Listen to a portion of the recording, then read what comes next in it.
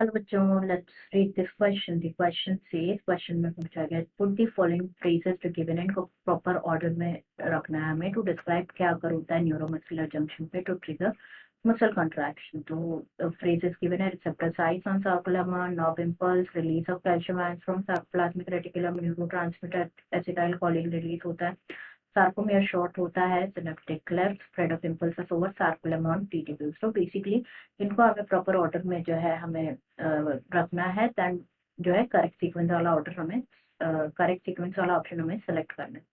सबसे पहले बात करें यहाँ पे की कॉन्सेप्ट के बारे में। तो जो की कॉन्सेप्ट इस क्वेश्चन में यूज किया गया that is mechanism of muscle contraction. Mechanism of muscle contraction. तो जो मैकेनिज्म होता है मसल कॉन्ट्रैक्शन का, इसको बेस्ट एक्सप्लेन किया जाता है by sliding filament theory. Sliding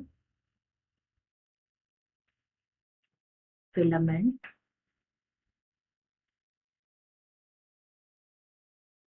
theory. तो अकॉर्डिंग टू दिस थ्योरी क्या होता है, जो कॉन्ट्रैक्शन होता है ना मसल फाइबर में, ये अगर होता है बाय जो थिन फिलामेंट्स होते हैं ना वो स्लाइड होते हैं over thick filaments. It occurs due to sliding of thin filaments over thick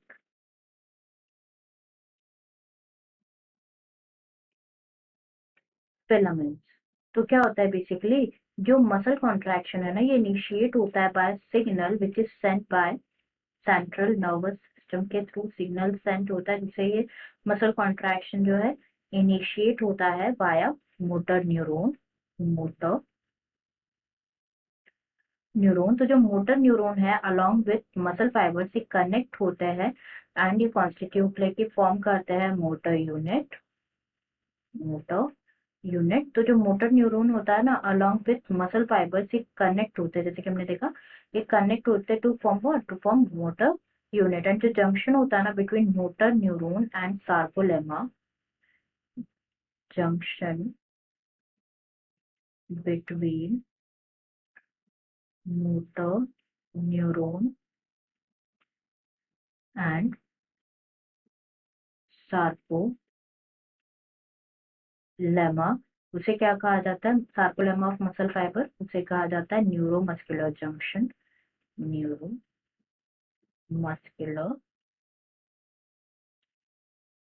junction कहा जाता है।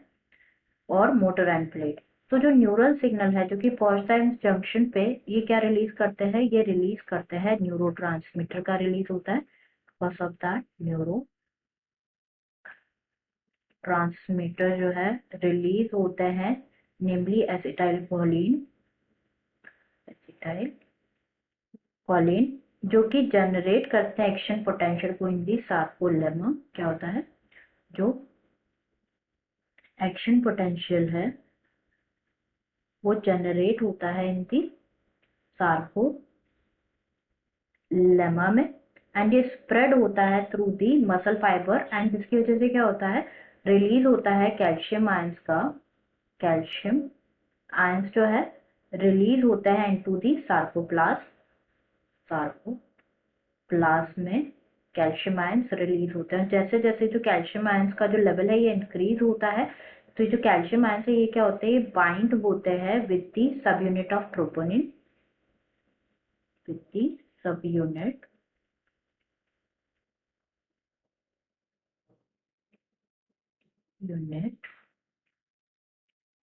ऑफ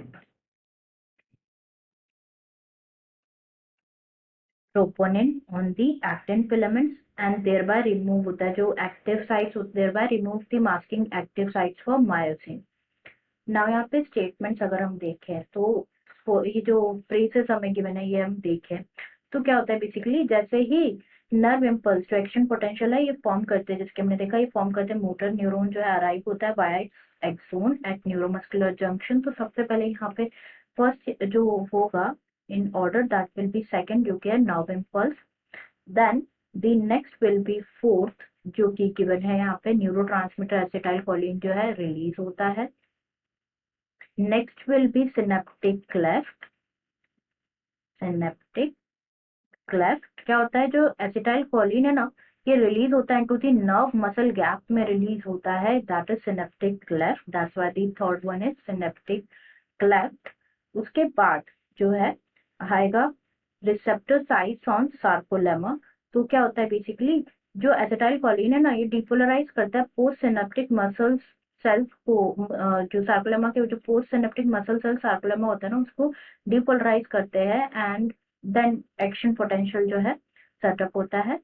तो फर्स्ट यहाँ पे आएगा सीक्वेंस में, देन उसके बाद आएगा हमारा 7, क्योंकि इसके बाद क्या होता है, जो एक्शन पोटेंशियल है ना, वो क्या होते हैं बेसिकली, वो स्प्रेड होते हैं या कॉज करते हैं की वजह से, जो एक्शन पोटेंशियल है वो स्प्रेड होता है over the sarcolemma on T tubules.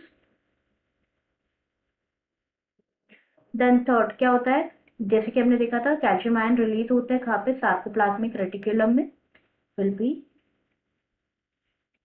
Third, and then last will be fifth, जो कि है इसकी वजह से क्या होता है, जो सार्कोमियर है वो शॉर्ट होता है। तो ये सीक्वेंस देख लेते हैं किसमें गिवन है, सेकंड के बाद फोर्थ, फोर्थ के बाद सिक्स्थ होगा, not first, second, fourth, sixth, first, seventh, third और फिफ्थ। ये बिल्कुल करेक्ट ऑप्शन है हमारा, रिमेनिंग ऑप्शन इनकरेक्ट हो जाएंगे, answer will be option B, answer will be option B. I hope you understood it well, best of luck.